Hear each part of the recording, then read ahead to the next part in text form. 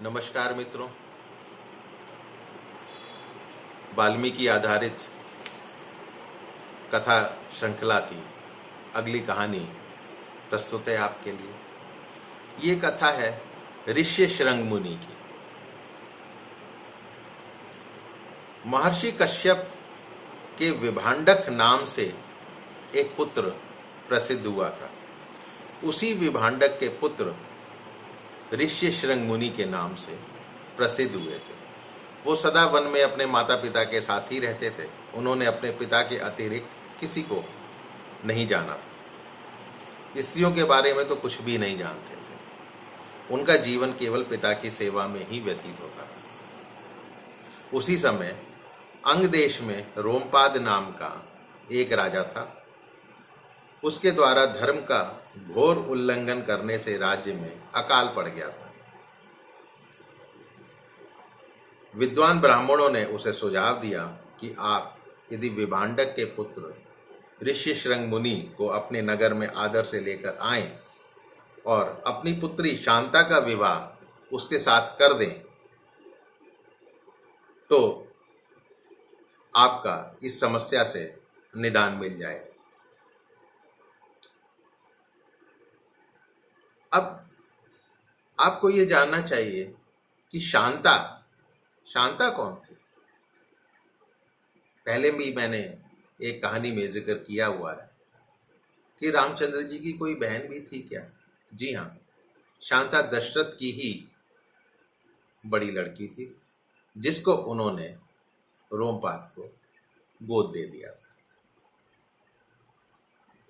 आगे बढ़ते हैं इस कथा में। राजा रोमपाद उनको लाने के लिए चिंता में पड़ गए कि उनको लाया कैसे जाए।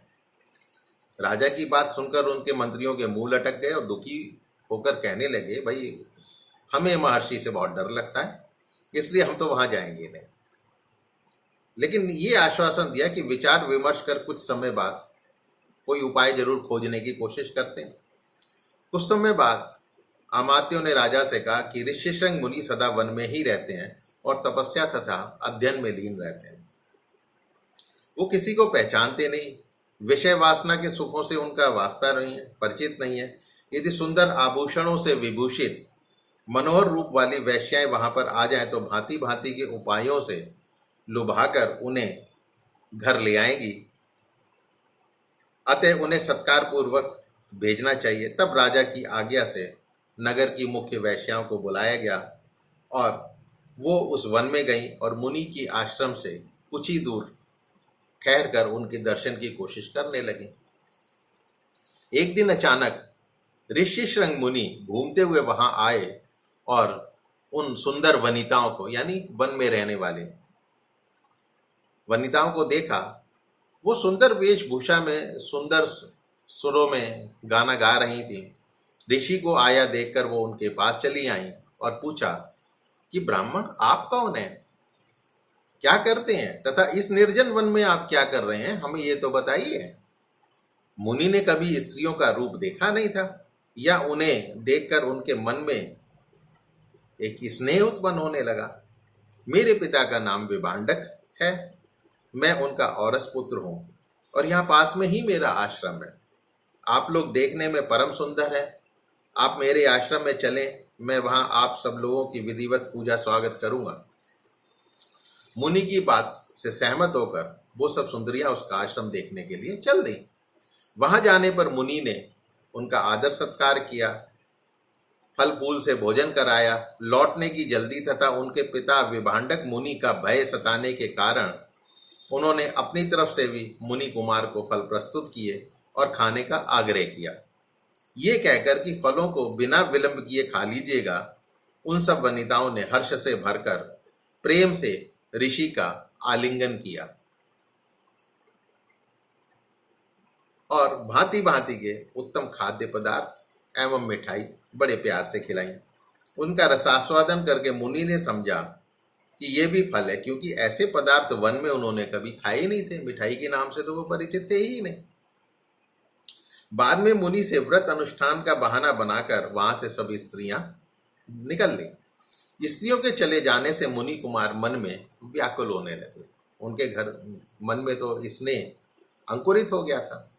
इधर उधर टहलने लगे। अगले दिन फिर वो उसी स्थान पर गए जहां उन वनिताओं से मुलाकात हुई थी।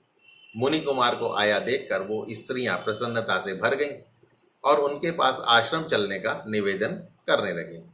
उनके मीठे वचनों से प्रभावित होकर मुनि कुमार उनके साथ ही चल दिए और वो उन्हें अपने साथ अंग देश में ले गए। तभी इंद्र ने पानी बरसाना शुरू कर दिया। इससे राजा को पता चल गया कि तपस्वी मुनि कुमार आ रहे हैं। उन्होंने उनका स्वागत सत्कार किया और वरदान मांगा कि भगवान आप और आपके पिता का कृपा प्रसाद प्राप्त हो। ऐसा इसलिए किया था क्योंकि मुनि को वहां छल कपट से लाया गया था।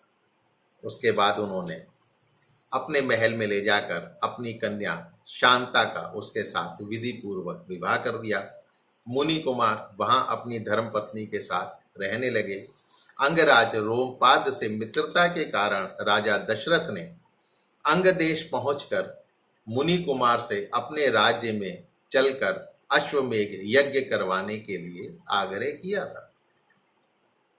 ठीक है, यानी वो राजा दशरथ के दामाद ही थे।